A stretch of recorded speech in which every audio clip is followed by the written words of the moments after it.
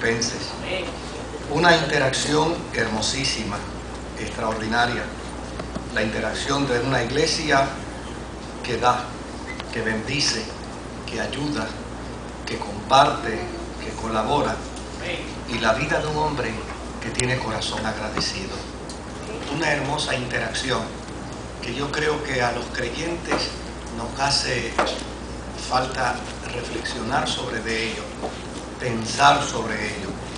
Y hay una expresión del apóstol San Pablo en el capítulo 4 de la carta a los Filipenses, en el versículo 1.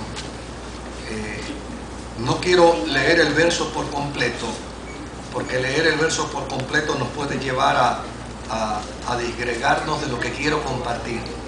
Solamente quiero leer algunas expresiones del verso, la sección A del verso, donde dice: así que, hermanos míos amados y deseados, gozo y corona mía.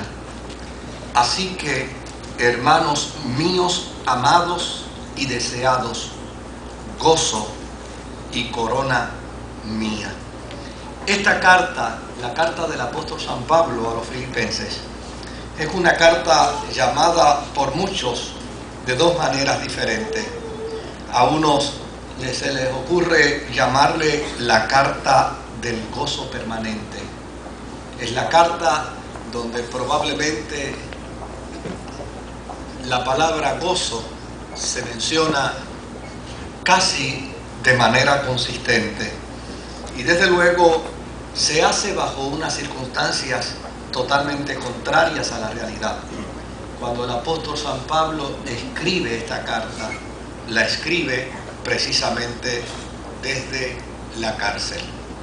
Por el otro lado, algunos dicen que esta es una carta de expresiones excelentes, de una terminología excelente y de una dedicación a sus destinatarios excelente. Por ejemplo, lo que acabamos de leer, el apóstol San Pablo le llama a estos creyentes de Filipo hermanos míos amados. Y no solamente amados, hermanos míos deseados, hermanos que llenan mi corazón de gozo, hermanos que son para mí mi corona de triunfo. Es una carta de expresiones excelentes y tiene tres condiciones o tres elementos muy particulares. Es una carta también de agradecimiento. En esta carta, el apóstol San Pablo le agradece a los creyentes de Filipo todas las veces que ellos le han ayudado económicamente. La ayuda que Pablo recibió por parte de los creyentes de Filipo fue una ayuda que Pablo agradeció prácticamente en todo el tiempo de su ministerio.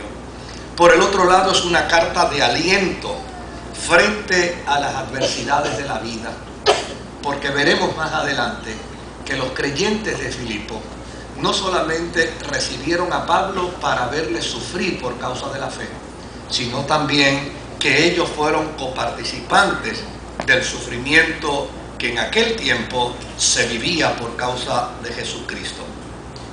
Y por el otro lado, es una carta que previene en alguna medida cierta desunión que había en medio de la comunidad, y para prevenirla, el apóstol San Pablo, mediante la carta, le hace un llamado a los creyentes de Filipo a la unidad perfecta. Otra de las cosas que descubrimos de esta carta es la siguiente: en esta carta hay todo un candor de afectuosidad. Dentro de esta carta no escuchamos críticas. Dentro de esta carta no hay problemas que lamentar. Dentro de esta carta es una carta que está bien enfocada y bien dirigida a una experiencia de interrelación amistosa. Cuando usted compara, por ejemplo, esta carta del apóstol San Pablo a los Filipenses, la compara con la carta a los Corintios, usted descubrirá que Pablo casi manda a convertir a los corintios de nuevo. En esta carta, Pablo trata a los creyentes de Filipo con mucha gentileza.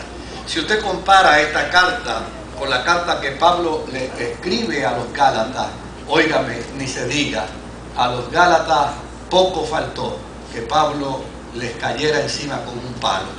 Sin embargo, dentro de esta carta no encontramos una expresión lastimera, ofensiva o agresiva, sino mera y sencillamente una carta de mucho afecto, de mucho amor, de mucha solidaridad. Pablo llegó a la ciudad de Filipo en su segundo viaje misionero, en el año 52 después de Cristo. Y llega a la ciudad de Filipo como resultado de una visión que tuvo orando. Resulta que un momento dado, Pablo, en una experiencia de intimidad con Dios, tuvo una visión. Y en esa visión vio a un joven macedonio, que de repente le dijo en la visión al apóstol San Pablo: pasa a Macedonia y ayúdanos. Y desde luego Pablo testifica que él no fue rebelde a la visión, sino que por el contrario, tal y como recibió la visión, así mismo él de inmediato respondió a ella. Y desde luego navegó desde Troades, Alejandría, en el Asia Menor, desembarcó en Neápolis y de allí finalmente llegó a Filipos. Si usted quiere leer toda la historia del ministerio de Pablo en Filipos, Lucas la presenta en síntesis, en un resumen, en el capítulo 16 de Hechos. Esta ciudad se revela dentro de la carta de Pablo de la manera siguiente: es una ciudad industrializada, es una ciudad que maneja esclavos y es una ciudad donde hay individuos de clase media. Y usted dirá, ¿cómo uno puede llegar a estas conclusiones?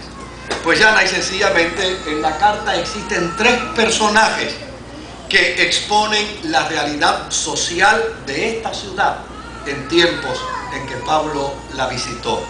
Está la vida de una mujer llamada Lidia, o probablemente ese no era su nombre, porque Lidia también era una ciudad del Asia Menor. Y desde luego, probablemente lo que quería decirse de ella era la señora de la ciudad de Lidia. Pero indistintamente ello, Lidia es presentada dentro de esta carta como una mujer vendedora de púrpura. Y desde luego, esto revela que en esta ciudad había un mercado industrial. Por el otro lado, también se habla de una muchacha que tenía espíritu pitonizo, espíritu de adivinación. Y la historia es hermosa porque esta muchacha se fue tras de Pablo anunciando y afirmando que Pablo tenía un ministerio de Dios extraordinario. Pero la Escritura dice que esta muchacha fue reprendida por el apóstol y de inmediato el espíritu pitonizo la abandonó. Esta muchacha venía de extracción de esclavitud. Era una mujer esclava. Y por el otro lado está entonces el personaje que todos conocemos, el carcelero de Filipos. Los hombres que ocupaban posiciones como esta, llana y sencillamente representaban la clase social media que existía ya bajo el Imperio Romano.